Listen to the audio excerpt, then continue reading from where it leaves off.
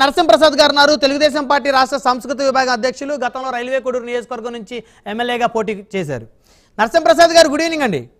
Sir నమస్కారం sir. మీకు ప్యానెల్లో ఉన్న సభ్యులందరికీ, ప్రైమ్ లైన్ వీక్షకులకి నమస్కారం సార్. ప్రధానంగా రెండు అంశాలు. నరసింహప్రసాద్ గారు, కోటరీ వల్లే జగన్మోహన్ రెడ్డి గారికి ఈ పరిస్థితి వచ్చింది అనేది ఒక అంశం అయితే, రెండో అంశం ఇంకా ప్రభుత్వాన్ని ఏర్పాటు చేయకముందే కూటమి నేతలు, వైసీపీ నేతల మీద దాడులకు తెగపడుతున్నారంటూ పేర్ని నాని గారు, కొడాల నాని గారు, అదేవిధంగా అవనిగడ్డ మాజీ శాసనసభ్యులు సింహాద్రి రమేష్ గారు ప్రెస్ మీట్ పెట్టి కూడా వారి ఆవేదన వ్యక్తం చేస్తూ ఉన్నారు. పోలీసు అధికారులు వేడుకుంటా ఉన్నారు.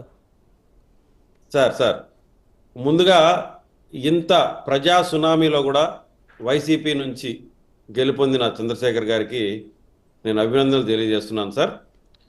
ఒకటే ఉదాహరణ, ఎవరైతే గతంలో కొంచెం సౌమ్యంగా ఉండి మర్యాదగా ఉన్నారో వాళ్ళని ఇప్పుడు గెలిపించినట్టున్నారు ఒకరిద్దరిని.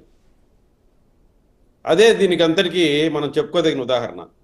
ఎవరైతే గతంలో నోరు పారేసుకున్నారో, ప్రజల్ని లెక్కలేనితనంతో చూశారో, అసలుకి వీళ్ళకి ప్రజాస్వామ్యం అంటే తెలియదు అనే విధంగా ప్రవర్తించారో, అలాంటి వాళ్ళు ఈ రోజు తీవ్రంగా ప్రతిఘటన ఎదుర్కొంటున్నట్టుగా నాకు 100% స్పష్టమవుతోంది. అది అందుకు ఉదాహరణలు మీరు చూడండి. కొడాల నాని గారు గతంలో తల్లితో సమానమైన ఆడవాళ్ళని ఆయన ఎంత చులకనగా నీ అమ్మ మొగుడు అనే పదం ఫస్ట్ ఈ రాష్ట్రానికి పేటెంట్ హక్కు ఆయనే దాన్ని కనిపెట్టాడు. ఆ పదాన్ని ఇంత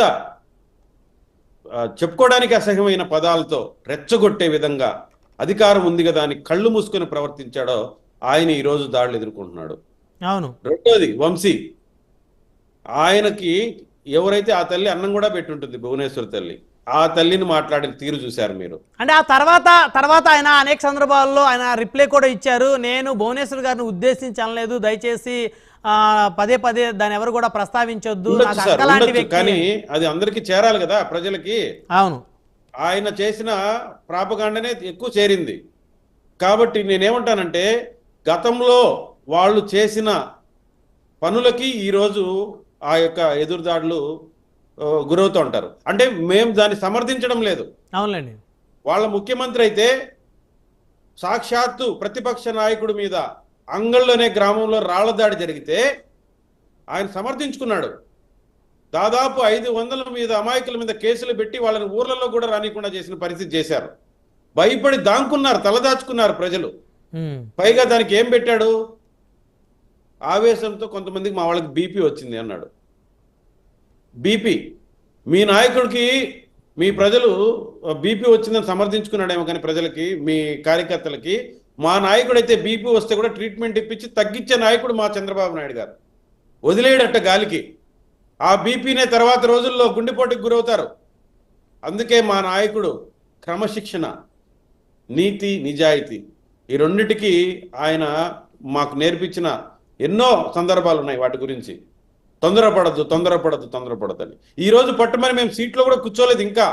అప్పుడే మీరు గగ్గోలు పెడుతున్నారు. 5 రోజులకే చంద్రశేఖర్ గారు అప్పుడే ఏదో ప్రజాస్వామ్యం గొడ్డలు పెట్టు అని ఏదో మాట్లాడుతున్నారు. ఇప్పుడే గుర్తుకొచ్చిందా ప్రజాస్వామ్యం అంటే?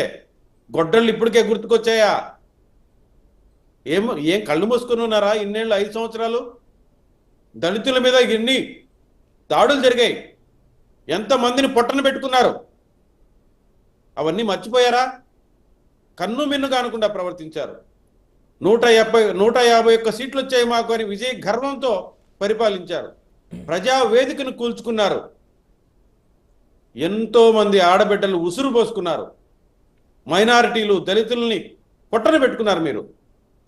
ఇవన్నీ మర్చిపోయి ఈరోజు మీరు అదేదో పాట ఉంది సార్, ఈ మధ్య చాలా ఫేమస్ అయింది, సాంప్రదాయిని సుప్పిణి శుద్ధ పూసని అనే లెవెల్లో వీళ్ళు ప్రజాస్వామ్యం గురించి మాట్లాడుతూ ఉంటే నవ్వు వస్తూ ఉంది. ఏమి భయపడద్దండి వైసీపీ కార్యకర్తలారా, నాయకులారా. మా చంద్రబాబు నాయుడు గారు మిమ్మల్ని అందరినీ రక్షిస్తాడు, అవసరమైతే క్షమిస్తాడు. మీరెవ్వరు గతంలో చేసిన తప్పులను చూసి గుండెపోటు తెచ్చుకోవద్దండి. వార్నింగ్ ఇస్తున్నారా వైఎస్ఆర్సీపీ వాళ్ళకి, లేకపోతే పరోక్షంగా భయపెడుతున్నారా, లేకపోతే భరోసా ఇస్తున్నారా? నో, ఇది నిజంగా చెప్తున్నాను నేను. వాళ్ళకి రక్షణ కలిగించాలంటే ఒకే ఒక్క నాయకుడు చంద్రబాబు నాయుడు గారు. మీరు గతంలో మీ నాయకుడిని చూసి రెచ్చిపోయారు, విర్రవీగారు, వదిలేయండి. అది ఆయన ప్రవర్తన బట్టి మీరు పోయారు. ఆయన ఏదో మిమ్మల్ని కాపాడతాడని. ఆయనకే ఈరోజు దిక్కులేదు. ఈరోజు అన్ని సరైన సందర్భాలు కుదిరితే ఆయన చేసుకున్న పాపాలకి ఆయన శ్రీకృష్ణ జన్మస్థానానికి వెళ్ళే అవకాశం ఉంది. కాబట్టి మేము కక్ష సాధింపులు చెయ్యం. మీరు హ్యాపీగా ఉండండి. ఇది రాబోయేది ప్రజా పరిపాలన. ఇప్పుడు వరకు కుదేలైపోయిన ఈ ప్రజల్ని నిలబెట్టి గాడిన పెట్టబోయే ప్రభుత్వం ఈ కూటమి ప్రభుత్వం. కాబట్టి మీరెవ్వరు, ఇన్క్లూడింగ్ చంద్రశేఖర్ గారు, మీరేదో పేరు మార్చారనో ఆవేశంలో మీరు కంప్లైంట్కి పోయారు. అవసరం లేదు. ఏది చేసినా ఇక్కడ ఒకటి నరసింహప్రసాద్ గారు, ఇప్పుడు చంద్రశేఖర్ గారే స్ట్రగుల్ అవుతున్నట్టు కనపడుతుంది. అంటే ఒక ఎమ్మెల్యేనే ఇబ్బందులు పడుతున్నాను అని చెప్తున్నారు అంటే మరి దాన్ని ఆలోచించాల్సిన అవసరం ఉంది. అదే సార్ నేను చెప్తున్నాను కదా, గతంలో వీళ్ళు చేసిన దానికి వీళ్ళకి కొంచెం ఆ భయం, అభద్రత ఉంది. అరే మేము చేసిన దానికి మమ్మల్ని ఎక్కడ వీళ్ళు ఈ విధంగా చేస్తారో, అరెస్ట్ చేస్తారో అనే ఫీలింగ్ వాళ్ళకు ఉంది. సో నేను ఒకటే హామీ ఇస్తున్నా ఈ సందర్భంగా, చంద్రబాబు నాయుడు గారి గురించి పూర్తిగా తెలిసిన వ్యక్తిగా చెప్తున్నా, ధైర్యంగా గుండె మీద చేసుకుని 5 ఏళ్ళు బతకండి. మీ జోలికి ఏమి రావు. చట్టాలను మీరు కాలు రాసినట్టుగా మేము కాలు రాయం. ఓకే, పోలీసుల్ని మీరు అడ్డగోలుగా వాడుకున్నట్టుగా మేము వాడుకోం. సురక్షితమైన పరిపాలన ఇస్తాం.